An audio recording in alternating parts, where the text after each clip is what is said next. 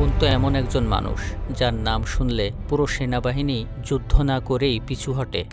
ভাবুন এমন এক রাজা যার শাস্তি দেখে শত্রুরা নয়, নিজের লোকেরাও কাঁপত। আর ভাবুন এই মানুষরূপী দানব একদিন সে ছিল কেবলমাত্র একটা ভয় পাওয়া শিশু।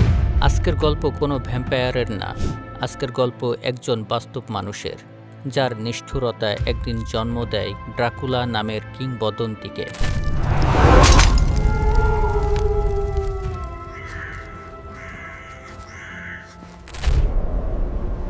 অন্ধকার, কিন্তু শান্ত অন্ধকার নয়। এমন অন্ধকার মনে হয় জীবিত, নড়াচড়া করে, শ্বাস নেয়। 1462 সালের এক চাঁদ আলোয় ভেজা বনের ভেতর। এই বনের গাছগুলো সাধারণ গাছ নয়, প্রতিটা গাছে কিছু না কিছু গেঁথে আছে।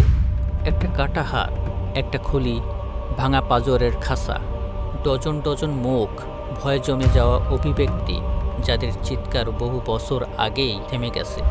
এই জায়গার একটা নাম আছে, কিন্তু মানুষ জোরে বলে না, শুধু ফিসফিস করে বলে। হাজার চিৎকারের বন।